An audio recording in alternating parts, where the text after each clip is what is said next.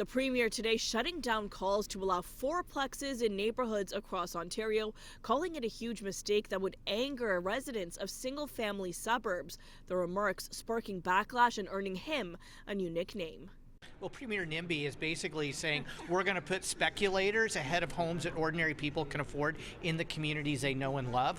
We've got a NIMBY conservative government led by a NIMBY Premier. Doug Ford dubbed the Not in My Backyard or NIMBY Premier after making these comments at a housing announcement in Richmond Hill this morning. I can assure you 1,000%, you go in the middle of communities and start putting up 4-story, 6-story, 8-story buildings and right deep into the communities, there's going to be a lot of shouting and screaming. That's a massive mistake. But allowing fourplexes as of right across Ontario is one of the key recommendations from the government's own Housing Affordability Task Force that found it will get more housing built in existing neighbourhoods more quickly than any other measure. It's off the table for us. We're going to build homes, single-dwelling homes, townhomes.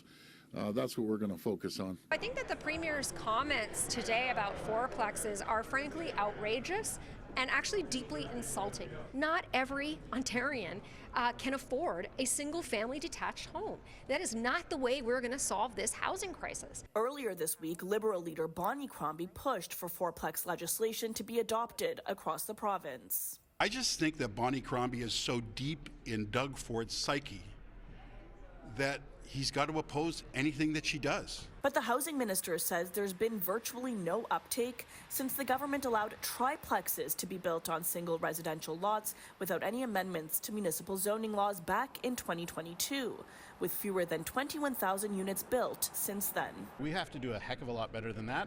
We'll let municipalities make those decisions. That's been the hallmark of my time, and I don't intend now to be dictating how municipalities should meet their goals. What would be the downside of doing as of right 4?